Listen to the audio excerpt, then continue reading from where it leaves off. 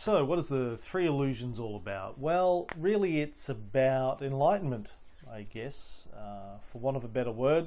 Not a great word, enlightenment, realization. Maybe realization is a better word. It's about realizing that your sense of identity is based on some fundamentally mistaken ideas, and that this case of mistaken identity is the cause of most, if not all, of your psychological and emotional problems. So there's 3 chapters in the book. We talk about the nature of the concept of identity, who you think you are. You know, if you ask most people, well, who or what are you? They'll give you a name. You say, no, that's just a name. What are you? And what are you? You know, really, when you break it down, what do you think you are? Most people will say, well, I'm a mind, and I'm a body, or I'm a soul. And we drill down in the book and look at how difficult those ideas are once you break them down. Okay, so you say you're the mind. Well, the mind is a function of the brain, as far as we can tell. The brain is part of the body. So let's say we're the body. And if we drill down into the body, well, what's the body made of? It's made of cells, which are, you know, each cell is an independent living organism, and there's trillions, hundreds of trillions of them in the body. So the body's a collection of living organisms, or is it one organism? We know that something like 99% of the DNA in your body is actually not even human DNA. It's bacteria. So what are you? Are you the bacteria or the human cells? And then if you drill down even further and look at the human cells, you can see that cells are made of molecules. Molecules are made of atoms. And atoms are 99.99999% empty space.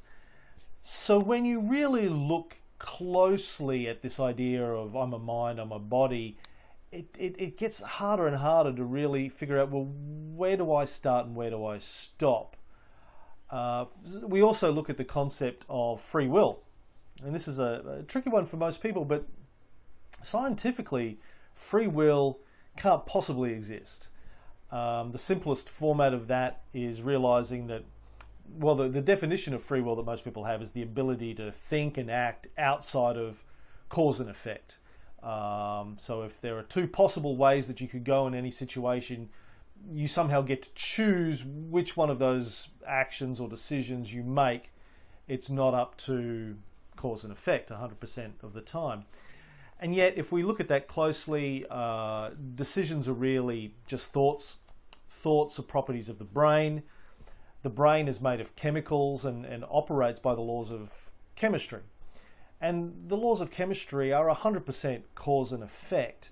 So to be able to promote a theory of free will, the ability to think and act outside of cause and effect, you have to kind of somehow be able to put together a theory for how you can break the laws of chemistry with your mind. And no one's been able to do that. There's no scientific theory for free will. The third thing we look at is the concept of time in the book. You know, most of us think of our lives as being a progression of moments, a progression of events, and we think we somehow have some control over some of those. But if you look at time from the perspective of Einsteinian relativity, time is really just another dimension of space-time. Space-time, the universe, according to Einstein, about 100 years ago, has 4 dimensions. It has length, width, height, and time. And just as all points in space exist simultaneously, all points in time exist simultaneously. So everything that's ever happened, everything that ever will happen, has already happened, or is already happening, or is still happening in the case of what we think of as the past, somewhere in space-time.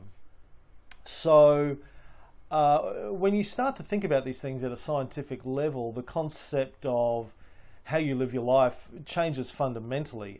If everything that's ever going to happen to you has already happened in space-time, at some point in space-time, so why would you worry about what's going to happen tomorrow or next week or next month or next year? It's already happened.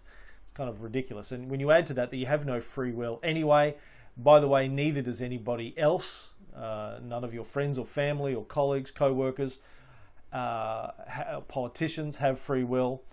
So when you remove the concept of time, the concept of free will, and the concept of identity from the equation, we need to fundamentally rethink who and what we are. And what I've experienced over the last 20 or so years that I have thought about this philosophy is when the idea of identity and free will and time have been removed, what goes with it are these feelings of guilt, fear, anger, anxiety, hate, that most people suffer from to some degree at different stages of their life. Because all of those ideas are fundamentally predicated on the idea that I am a person with free will, and everyone else around me also has free will. And when you remove those ideas, those psychological and emotional problems fall away. So that's kind of the book in a nutshell.